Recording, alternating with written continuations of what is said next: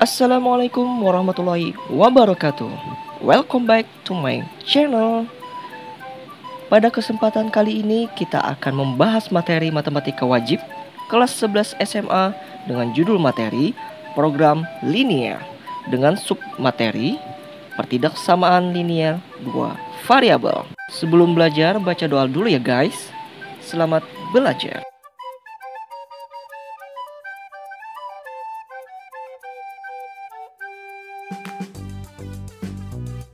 Fai mau kasih tahu nih sama kalian, karena program linier ini identik dengan soal cerita, maka simak baik-baik ya, biar gak gagal paham. Oke? Alkisah, hiduplah seorang tukang sate. Sebut saja dia Pak Lebrok. Ia menjual sate ayam dan sate kambing. Setiap hari, ia mampu menjual 240 porsi dalam satu harinya. Kebayang gak sih banyaknya? Paling sedikit 30 porsi sate ayam dan paling sedikit 20 porsi sate kambing yang ia jual per harinya. Jika keuntungan satu porsi sate ayam adalah Rp10.000 dan keuntungan satu porsi sate kambing adalah Rp5.000, berapa keuntungan maksimum yang diperoleh Pak Lebrok per hari dari penjualan sate tersebut? Berapa ya?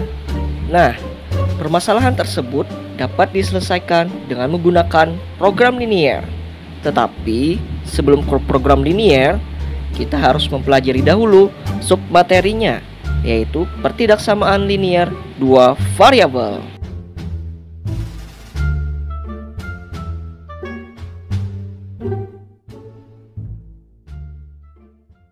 Sekarang kita masuk ke materi pertidaksamaan linier dua variabel.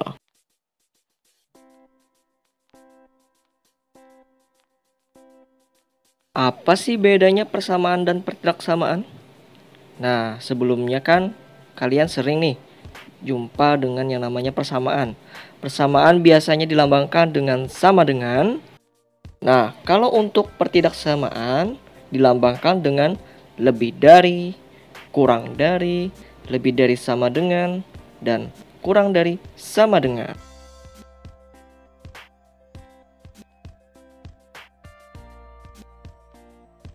Oke, lanjut.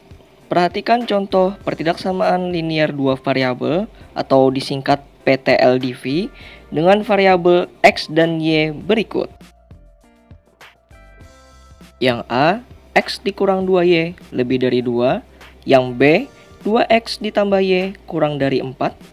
Yang C, 3X ditambah Y lebih dari sama dengan 6. Dan yang D, X dikurang 4Y kurang dari sama dengan 8. Pada contoh tersebut terlihat setiap pertidaksamaan memiliki dua variabel dan setiap variabel memiliki pangkat 1. Dengan demikian, bentuk umum pertidaksamaan linier dengan dua variabel X dan Y dapat dituliskan sebagai berikut. Di mana A, B, dan C adalah anggota bilangan real.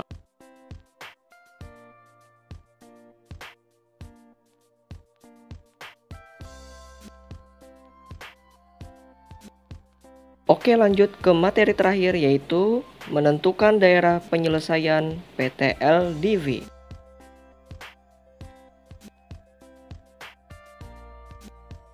Tentukan daerah penyelesaian atau DP dari X plus 3Y lebih dari 6.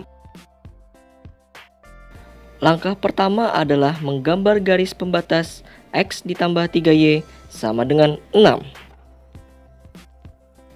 Dengan cara menentukan dua titik yang dilalui garis X ditambah 3Y sama dengan 6. Untuk mempermudah mencari dua titik tersebut, kita gambar tabel bantu sebagai berikut. Jika X1 sama dengan 0 kita substitusi ke dalam X ditambah 3Y sama dengan 6, maka didapat Y1-nya sama dengan 2. Nah, untuk titik yang kedua, jika kita substitusikan Y2 sama dengan 0 ke dalam persamaan X ditambah 3Y sama dengan 6, maka akan didapat X2 sama dengan 6.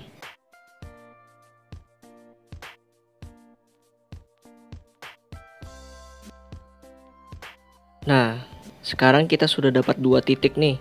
Yang pertama 0,2 dan yang kedua 6,0.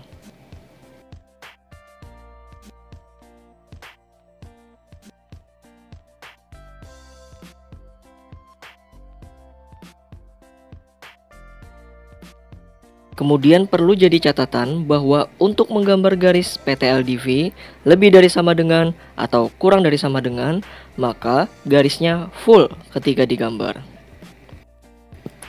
Tetapi jika PTLDV lebih dari atau kurang dari, tidak ada sama dengannya ya, maka garisnya putus-putus ketika digambar.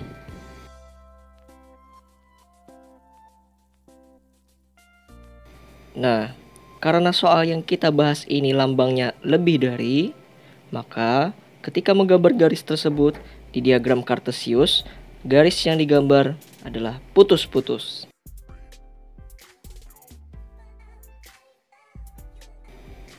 Nah, sekarang kita gambar garis tersebut di diagram Cartesius. Nah, sebelumnya kan tadi sudah didapat nih, titiknya ada dua. Yang pertama 0,2 dan titik yang kedua adalah 6,0. Kita masukkan ke dalam diagram Cartesius.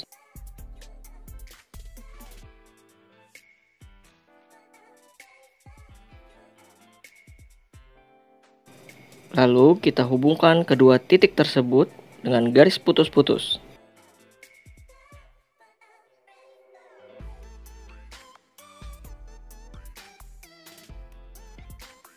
Kemudian langkah yang terakhir adalah melakukan uji titik di luar garis X ditambah 3Y sama dengan 0 untuk menentukan daerah penyelesaian.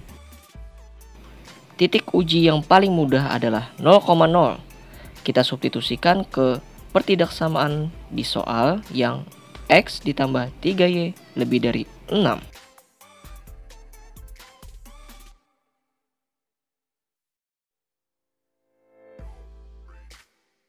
Nah, setelah disubstitusi titik uji 0,0 ke dalam pertidaksamaan X ditambah 3Y lebih dari 6, didapat 0 lebih dari 6.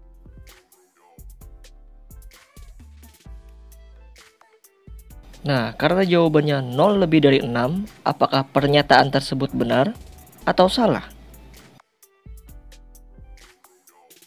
Nah, pernyataannya salah ya guys. 0 itu bukan lebih dari 6. Yang benar adalah 0 itu kurang dari 6.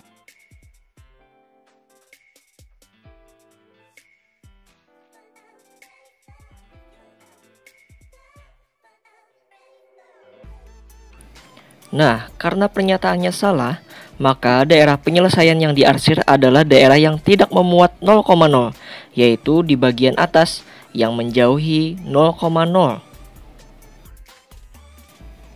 Seandainya pernyataannya benar ketika kita substitusikan 0,0 ke dalam soal, maka yang diarsir adalah bagian yang ada titik 0,0-nya, yaitu di bagian bawah garis.